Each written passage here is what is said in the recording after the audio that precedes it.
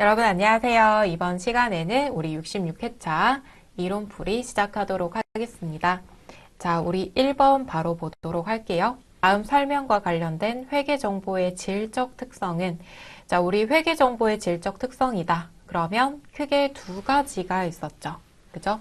자, 일단은 신뢰성이 있었고요. 자, 신뢰성은 말 그대로 우리가 제공하는 재무제표가 믿을 만한 정보여야 한다라는 뜻이고, 자, 하부 요소로도 세 가지가 있었습니다. 자, 표현의 충실성, 그 다음에 검증 가능성, 중립성, 이렇게 세 가지 하부 요소가 있다라는 거 기억을 해주시고, 자, 두 번째로는 목적에 적합한 정보여야 한다. 목적 적합성이 있었고요.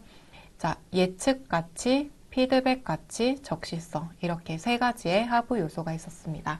자, 신뢰성과 목적 적합성은 가장 중요한 질적 특성이기 때문에 1차 질적 특성이라고 하고, 자, 2차 질적 특성이라고 있는데 얘는 비교 가능성입니다. 자, 비교 가능성은 우리 회사의 단기와 전기가 비교해야 된다 라거나 또는 기업별로 기업 간 비교가 가능해야 된다라는 뜻입니다. 자, 그래서 가장 중요한 거는 신뢰성과 목적 적합성이다 라고 봐주시면 되겠습니다.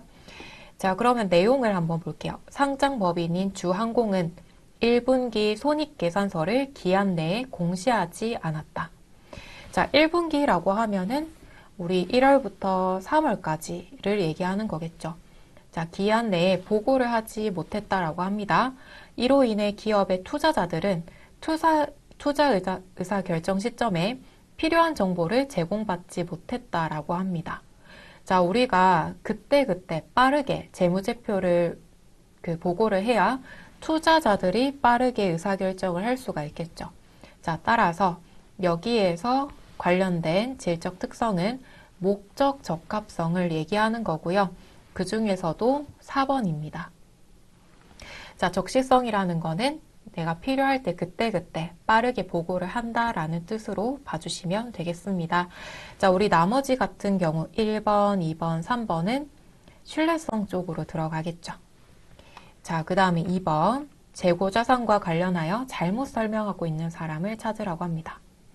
자, 첫 번째는 컴퓨터를 판매하는 회사의 재무팀에서 사용하는 컴퓨터는 재고자산이 아니다. 자, 우리 컴퓨터를 판매한다라고 할 때 우리 재고자산은 판매를 목적으로 하면 재고자산이라고 보죠. 근데 사용하는 컴퓨터라고 합니다. 우리가 사용이 목적이면 유형 자산 쪽으로 들어가죠. 자, 그 다음에 두 번째는 판매 비용이 상승하면 재고자산 평가 손실 금액이 증가할 수 있다. 자, 우리 재고자산을 평가를 하겠다라는 거고요. 저가법을 얘기를 하는 겁니다. 우리 저가법 같은 경우에는 우리 그 제품의 원가가 있겠죠. 자, 원가가 시가보다 더 클 때 가격이 떨어졌다라고 해서 저가법으로 손실을 인식하고 있습니다.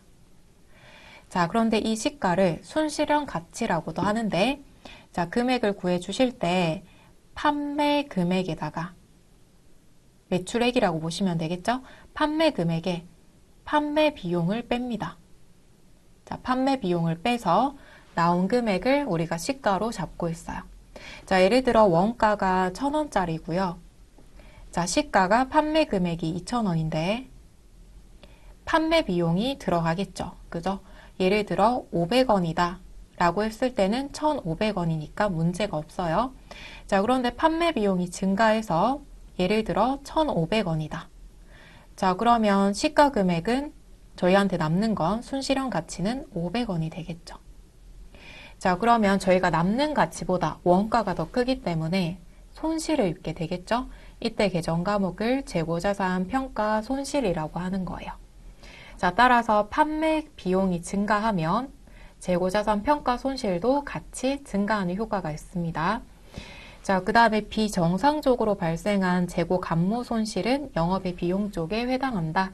자, 이것도 맞죠? 자, 재고자산 감모 손실은 수량이 부족할 때 감모가 발생했다라고 하는 거고, 비정상적으로 발생했다, 관리자가 부주의했다라고 했을 때는 영업의 비용 쪽으로 들어갑니다. 자, 그런데 우리 참고로 만약에 정상적으로 발생했다, 불가피하게 발생했다라고 할 때는 매출 원가 쪽으로 들어갑니다. 자, 그 다음에 마지막 선적지 인도 조건으로 매입한 운송 중인 재고는 기말 재고에서 제외시켜야 된다. 자, 우리 선적지 인도 조건은 선적하는 순간, 그러니까 배에다가 물건을 이렇게 실는 순간 판매된 걸로 보겠다. 따라서 매입자의 재고 자산으로 보겠다라는 거죠. 자, 그런데 우리가 매입한 매입자 입장이에요. 따라서 기말 재고에는 포함시켜 주셔야겠죠. 자, 따라서 잘못 설명하고 있는 사람은 4번 민경입니다. 자, 그 다음에 3번 보도록 할게요. 자, 항공의 2024년 12월 31일 보유 중인 상품에 대한 자료고요. 자, 재고자산 평가 손실은 얼마인가? 자, 제가 방금 간략하게 설명을 했었죠. 그죠? 자, 원가가 있고 제가 시가라고 표현을 했는데, 자, 순실현 가능가치 또는 시가라고 합니다. 자, 이 금액은 판매 가격에서 판매 비용을 뺀 금액을 얘기를 하는 거예요. 자, 그러면 지금 장부상 단가가 100원입니다. 100원. 우리가 상품이죠, 지금. 상품이 100원짜리예요. 자, 100원짜리면 저희가 100원에 파는 게 아니라 더하기 뭐 10원이던 20원이던 더해서 팔아야겠죠. 자, 두 개를 뺐을 때 저희가 얻을 수 있는 금액은 90원이네요. 그죠? 자, 그럼 원가가 더 큽니다. 그죠? 그러면 저희가 100원에 사와서 90원의 이득을 얻을 수 있다라는 거기 때문에 재고자산 평가 손실을 회계 처리해 주셔야겠죠. 자, 이 내용을 저가법이다라고 불렀습니다. 자, 그러면 두 개 차이는 10원이고요. 그죠? 10원이고 수량이 1000개이기 때문에 재고자산 평가 손실은 10,000원으로 잡아주시면 되겠습니다. 자, 그래서 단가와 비교를 하시면 되는데 판매 가격에서 판매 비용 빼고 두 개를 빼서 90원으로 두 개를 비교해 주시면 되겠습니다.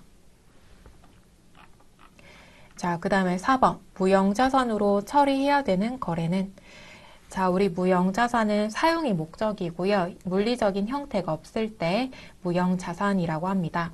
자, 1번. 자, 부서별 명패 교환 비용을 지출했다. 자, 1번 같은 경우에는 판관비로 들어가야겠죠. 그죠? 자, 도서 인쇄비 쪽으로 들어가거나 혹은 소모품비로 들어갈 수도 있겠죠. 어쨌든 판관비 쪽으로 들어가고요. 자, 2번. 프로젝트 초기의 연구 단계에서 연구비를 지출했다. 자, 우리 연구비 같은 경우에도 판관비 쪽으로 들어갑니다.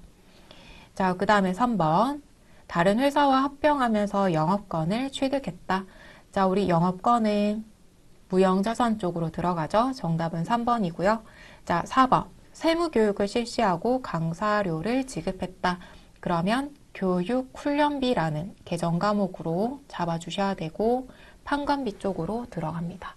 그래서 1번, 2번, 4번 같은 경우에는 비용 쪽으로 들어가고 영업권은 무형자산으로 들어가더라 라는 거 기억해 주시면 되겠습니다. 자, 그 다음에 5번. 오류 수정 전에 단기 순이익은 500만 원이고요. 자, 오류 사항을 수정을 했대요. 수정한 후에 단기 순이익은 얼마인가? 자, 그러면 오류 수정 분개를 한번 해보도록 할게요. 자, 첫 번째는 지급 당시 전액 비용으로 처리를 했고, 다시 얘기하면 보험료로 처리를 했고요. 보험료 중에 기간 미경과분이 30만 원 있는데 누락했다라고 합니다. 자, 기간 미경과분은 차기분이다 라는 뜻이죠. 자, 그럼 차기 비용은 단기 비용에서 빼주셔야 돼요. 그죠? 자, 그래서 1번이라고 번호를 붙일게요. 자, 1번 같은 경우에는 차기 비용을 빼주셔야 되기 때문에 대변에 보험료 30만 원 감소를 시켜주셔야 돼요. 내년 비용 차감. 자, 그 다음에 차변에는 내년 비용을 미리 납부를 했겠죠. 그래서 선급 비용으로 회계 처리를 해주셔야 돼요. 자, 그래서 자산은 증가되고요. 보험료는 비용이 빠지죠? 감소됩니다. 자, 비용이 빠지면 이익은 어떻게 돼요? 반대로 증가하겠죠. 그래서 30만 원은 이익에다가 더해 주셔야 됩니다. 자, 그 다음에 두 번째 볼게요. 차입금에 대한 발생이자 미지급분을 누락했다라고 합니다. 자, 우리 이자 미지급분. 자, 회계 처리해 보겠습니다.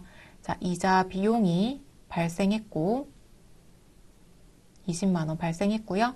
지급을 안 했다라고 합니다. 그러면 회계 처리하실 때 미지급 비용으로 회계 처리를 해주셔야겠죠. 자, 이자 비용은 비용이죠. 그러면 비용이 증가하고요. 미지급 비용은 부채입니다. 부채가 감소합니다. 자, 우리 부채가 증가합니다, 여러분. 부채가 증가합니다. 자, 그러면 비용이 증가했을 때 이익은 어떻게 되나요? 반대로 줄어들겠죠. 그죠? 자, 따라서 두 번째는 이익에서 빼주시면 되겠습니다. 자, 이렇게 해주시면 결론적으로는 플러스 10만 원 더해주시면 510만 원이 정답이겠죠. 자, 그런데 저희 5번 같은 경우에는 시험에 좀 자주 나오는 편이고요. 분계 자체가 쉽지가 않습니다. 그죠? 그 다음에 분계를 한 다음에 비용이 줄어들었으니까 이익이 다시 증가해야 된다. 이렇게 또 두 번 생각을 하셔야 되기 때문에 이렇게 하시는 것보다는 문제를 보시고 만약에 지금 기간 미경과분이 있다. 선급 비용 자산으로 잡았죠? 자, 자산은 그냥 쉽게 생각해서 좋은 거니까 이익에다가 더해 주시면 되고, 그 다음에 2번 같은 경우에는 미지급 비용, 미지급분이 발생했죠. 미지급 비용은 부채이기 때문에 부채는 사실 좋지 않은 거죠. 그래서 이익에서 빼주시면 되겠습니다. 그래서 자산이 발생했다 그러면 이익에서 더해주시고, 부채가 발생했다 그러면 이익에서 빼주시는 방향으로 문제를 풀어주셔도 좋을 것 같습니다. 자, 그 다음에 6번. 자, 우리 상품거래 내역이고요. 매출 원가를 계산하면 얼마인가? 자, 선입선출법을 적용하겠다라고 합니다. 자, 우리 선입선출법은 먼저 들어온 게 먼저 팔린다라는 방법이죠. 자, 한번 계산을 해볼게요. 우리 매출 원가는 판매된 원가를 얘기를 하는 거죠. 판매된 거 찾아주시면 돼요. 자, 1월 1일 날 300개를 30만 원에 매입을 했고요. 7월 1일 날에는 400개를 1,500원에 외상으로 매입했다라고 합니다. 단가가 조금 달라졌네요. 그죠?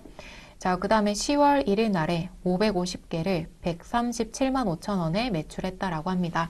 자, 그럼 저희가 550개를 팔았고요. 이 550개의 매출 원가를 구해주시면 되겠죠. 자, 선입선출법을 적용을 했을 때 먼저 들어온 게 먼저 팔렸을 거예요. 그래서 300개 금액은 30만 원이죠. 뭐 단가는 적혀있지 않으니까 바로 30만 원이라고 쓰겠습니다. 자, 그 다음에 두 번째로 빨리 들어온 거 7월 1일 날. 자, 그러면 저희 550개 중에 300개가 30만 원으로 계산이 되었고 나머지 250개를 추가로 판매를 해야 되고 두 번째 들어온 1,500원이 팔릴 거예요. 그죠? 자, 그렇게 해서 계산을 해주시고 두 개를 합쳐주시면 매출 원가가 나오겠죠. 자, 그러면 계산을 한번 해보도록 할게요. 자, 그럼 두 번째로는 37만 5천 원이었고 맨 처음에 30만 원 더해주시면 67만 5천 원이 매출 원가다 라고 잡아주시면 되겠습니다. 정답은 1번입니다. 정답은 1번으로 체크해 주시면 되고, 자, 만약에 후입 선출법으로 문제가 출제되었다 라고 하면은 마지막에 들어온 게 먼저 팔리도록 만들어 주시면 되겠죠.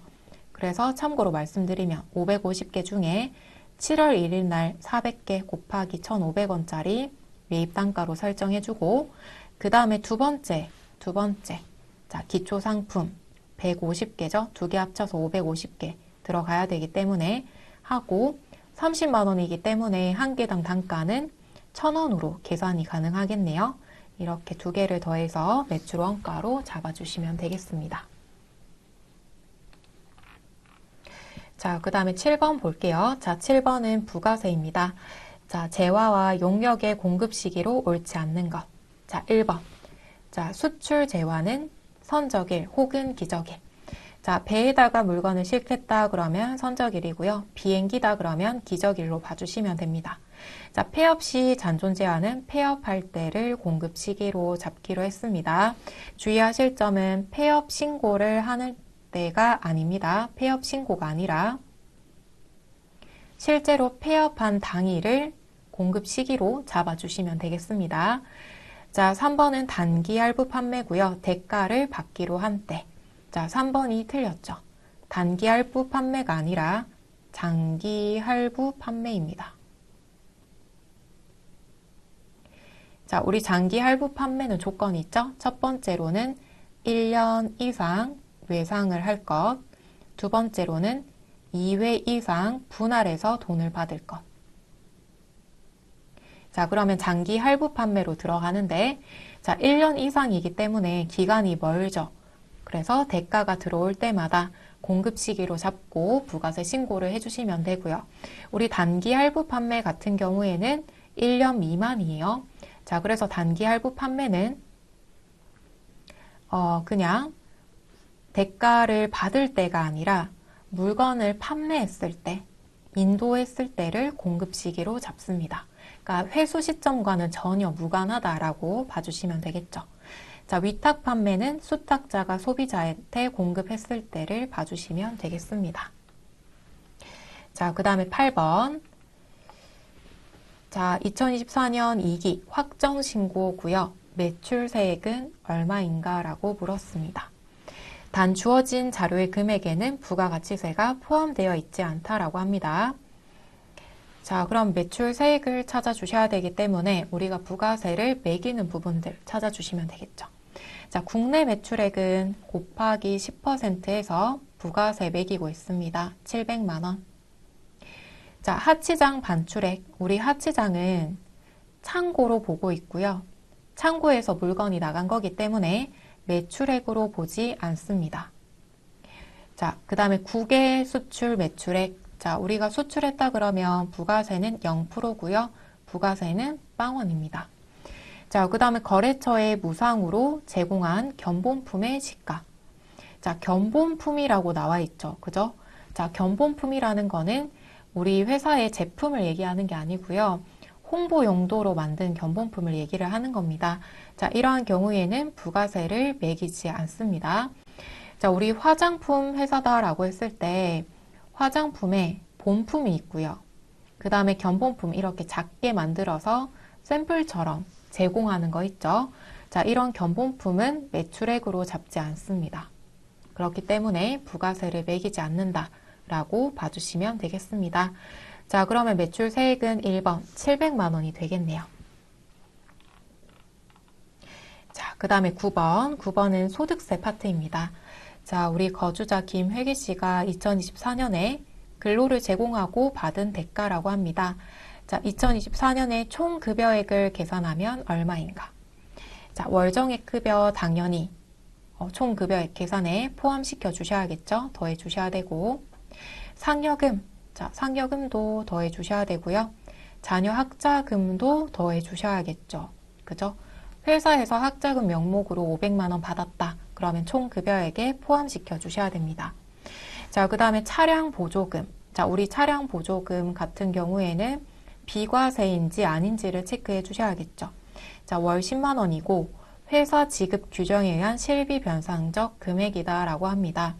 자, 이 말은 본인 명의의 차량으로, 물론 적혀 있진 않지만 본인 명의의 차로 업무 수행을 하고요. 업무 수행을 하고, 자, 그럼 업무 수행을 하기 위해서는 기름을 넣어야겠죠? 경유를 넣었다. 예를 들어 10만 원을 넣었다라고 했을 때 정산을 받지 않고 급여에 120만 원을 포함해서 그냥 받는 거예요. 그럼 120만 원을 가지고 업무 수행에 기름도 넣고 이러한 내용들을 사용하시는 거죠. 자, 이럴 때는 비과세로 들어갈 수 있습니다. 자, 만약에 우리가 정산을 받았다 라는 단어가 나오면 과세 쪽으로 들어가야 돼요. 자, 그 다음에 식대 볼게요. 자, 식대는 월 20만 원이고 현물 식사를 제공받았다라고 합니다. 자, 우리 식사를 제공받고 추가로 급여의 식대 명목으로 금액을 받는다. 그러면 과세로 들어갔죠. 그죠? 자, 그래서 식대는 좀 주의를 해주셔야 됩니다.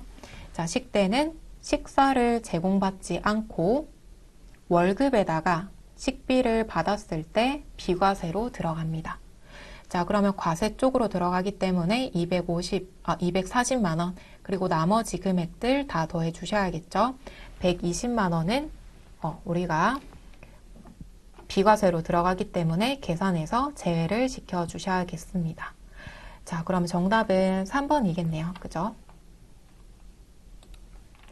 자, 그 다음에 10번 인적 공제에 대한 설명으로 옳지 않는 것.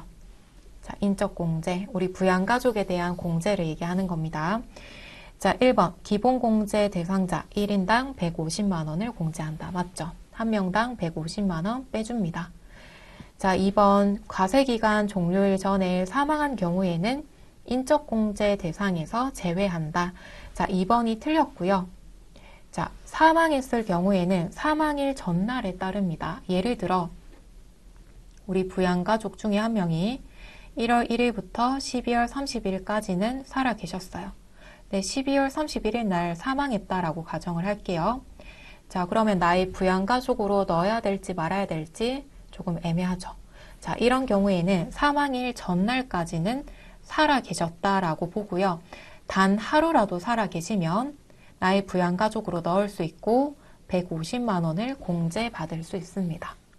자, 따라서 사망일 전날에 따르고 하루라도 살아 계셨다. 그러면 인적 공제를 받을 수 있기 때문에 인적 공제에 해당한다라고 바꿔주셔야겠죠. 자, 3번. 자, 장애인은 나이에 적용을 받지 않는다. 맞습니다. 장애인은 나이를 따지지 않고요. 대신에 소득은 좀 따져주셔야 돼요. 소득은 봅니다. 자, 4번 직계비속, 우리 자녀 있죠? 자녀라든지 손자, 손녀 같은 경우에는 생계를 같이 하고 있다라고 봅니다. 그리고 배우자도 마찬가지. 자, 이 부양가족들은 예를 들어 국외에 생활을 하고 있다라고 해도 생계를 같이 하고 있다라고 봐주고 있습니다. 자, 이렇게 해서 저희가 이론 문제까지 풀어봤고요. 다음 시간에 이어서 실무풀이 시작해 보도록 하겠습니다. 수고하셨습니다.